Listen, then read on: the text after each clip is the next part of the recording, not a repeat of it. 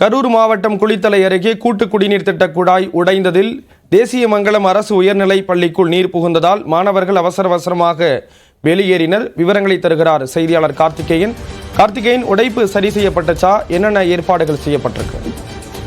குளித்தலை அருகே தேசியமங்கலம் அரசு உயர்நிலைப் பள்ளி வளாகத்திற்குள், அதாவது குளித்தலையிலிருந்து மருங்காபுரி செல்லக்கூடிய கூட்டு குடிநீர் ராட்சச குழாய் உடைப்பு ஏற்பட்டு அந்த பள்ளி வளாகம் மற்றும் பள்ளி வகுப்பறைக்குள் தண்ணீர் ஆறு போல் ஓடியதால் மாணவர்கள் நினைந்தவாறும் அலறி அடித்துக் கொண்டு பள்ளி அறையை விட்டு வெளியே ஓடி வந்தனர்.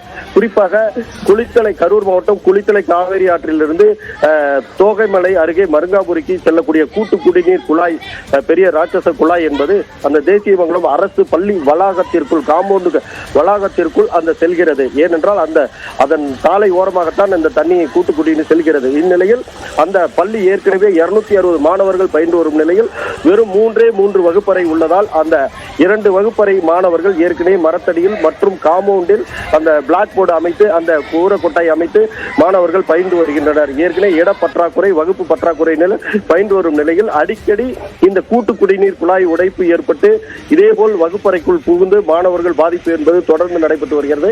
இந்நிலையில் இன்று மதியம் இதேபோல் அந்த கூட்டு குடிநீர் குழாய் அந்த வகுப்பறைக்குள் உடைப்பு ஏற்பட்டு குளம்போல் தேங்கி மற்றும் ஆறு போல் அந்த வகுப்பறைக்குள் தண்ணீர் புகுந்ததால் மாணவர்கள் அச்சமடைந்து அங்கிருந்து பள்ளியிலிருந்து வெளியே அலறி அடித்து ஓடினர். உடனடியாக அந்த பள்ளிக்கு அருகில் இருந்த பொதுமக்கள் மற்றும் ஆசிரியர்கள் மாணவர்கள் அனைவரையும் பள்ளியிலிருந்து பத்திரமாக அனைவரையும் வெளியேற்றினர் மற்றும் அந்த பள்ளியில் மத்தியத்திலிருந்து மாணவர்களை அனைவரையும் வெளியேற்றி வீட்டுக்கு அனுப்பி வைத்தனர். இந்நிலையில் அந்த பகுதியில் அருகே, அதாவது அரசு பணி ஆய்வுக்கு வந்திருந்த மாவட்ட வருவாய் அலுவலர் மற்றும் கல்வி அலுவலர் ஆகியோர் சம்பவ இடத்திற்கு நேரில் சென்று ஆய்வு செய்து தற்போது அந்த தண்ணீர் குழாயை அடைத்து, அதாவது தண்ணீர் குழாயை அடைப்பதற்காக அங்க காவிரி ஆற்றிலிருந்து செல்லக்கூடிய அந்த தண்ணீர் மோட்டாரை ஆஃப் செய்துள்ளனர். தற்போது வரை அந்த தண்ணீர் வந்து கொண்டிருக்கிறது. கிட்டத்தட்ட இன்னும் 5 மணி நேரம் அந்த தண்ணீர் வடிவதற்காகும்.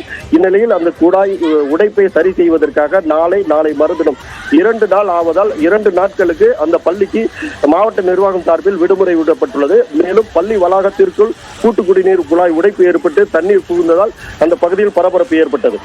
இந்த பிரச்சனைக்கு நிரந்தர தீர்வு காணப்படும் அப்படின்னு நம்பலாம். விவரங்களுக்கு நன்றி கார்த்திகேயன்.